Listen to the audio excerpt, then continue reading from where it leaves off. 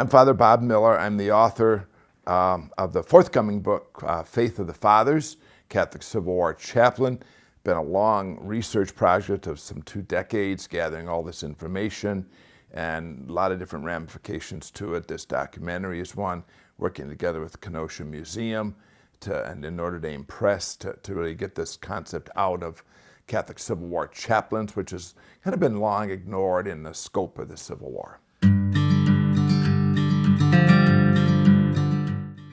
Just travel to Civil War battlefields. Pick one, anyone. Go to a national park center.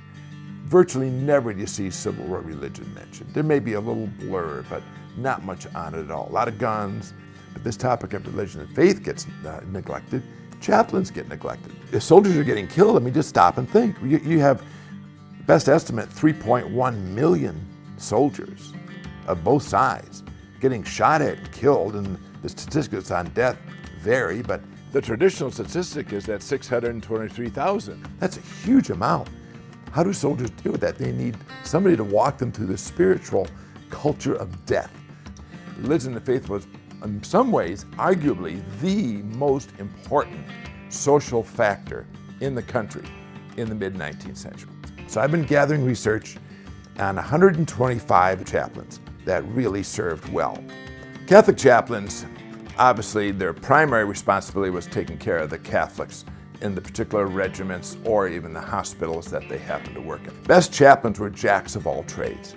These are the guys who could do a little bit of everything. They did the traditional Catholic sacramental stuff. They would do baptisms. They would do a lot of confessions, especially before battles, anoint the sick, confirm, and obviously doing Mass and things like that. But there's a lot of other things they did, writing letters for some soldiers. One of the fascinating things that a number of chaplains did, particularly Father Cooney out of the 35th Indiana, he would take the pay of the soldiers to be mailed back to their families. And the only one that they would trust that work for would be a Catholic priest. In battle, the most courageous chaplains were the one who did whatever they could. So there's several stories of chaplains running to get ammunition for the troops, things like that. These are not your father's priests.